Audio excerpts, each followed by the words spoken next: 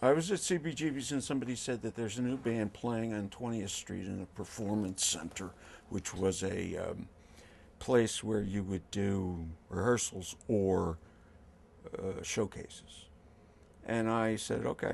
And I went up, and it was Ramones, and they came out and they did one, two, three, four, blah, blah, blah, blah, blah, blah.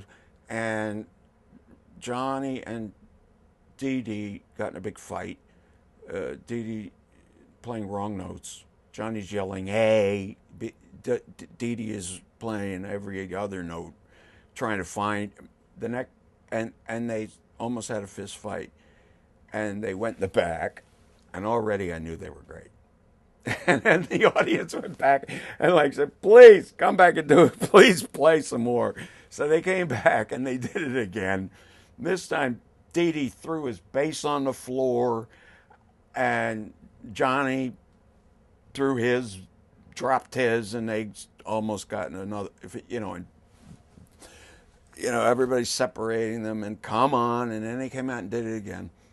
And the next time they played, Dee Dee had dots with the alphabet names on his bass. And I just knew, from the word go, that they were special. And I'm not ashamed to, there's room at the top if you belong at the top. There'll always be room at the top if you deserve it.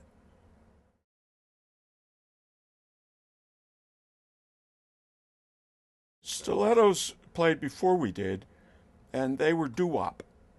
They were a three-girl doo-wop band. Well, doo-wop's like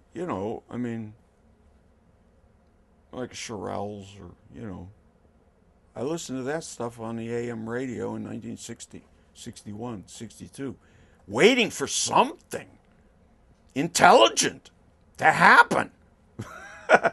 So, I thought it was kind of a sweet idea, but no, I wasn't big on them. And then,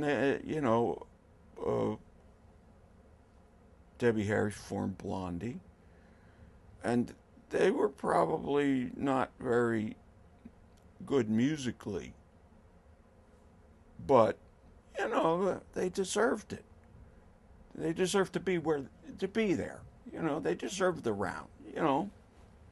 Not everybody's going to be. That's the whole point. It's an incubator. It's like a little nest, with eggs. And some of them hatch and some of them don't. It's an incubator. And they belonged in it. And look what happened.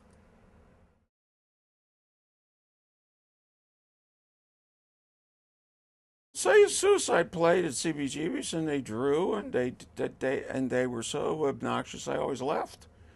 They were a band to throw me out. It was just synthesizer noises, and personally, I can't fault them, and I just saw, I just saw both of them, not that long ago, and we're friends. The thing is, I spent every night at CBGB's because I was building something.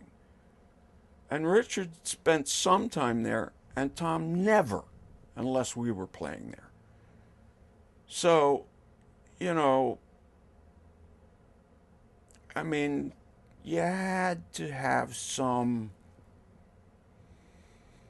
openness about, obviously, the scene was burgeoning, and there were bands that came in. I'm telling you, this one band came in one day, and they played pop. And the next time they played Chicago blues, and the next time they tried to sound like Talking Heads. They didn't go it. They didn't make it. It wasn't real.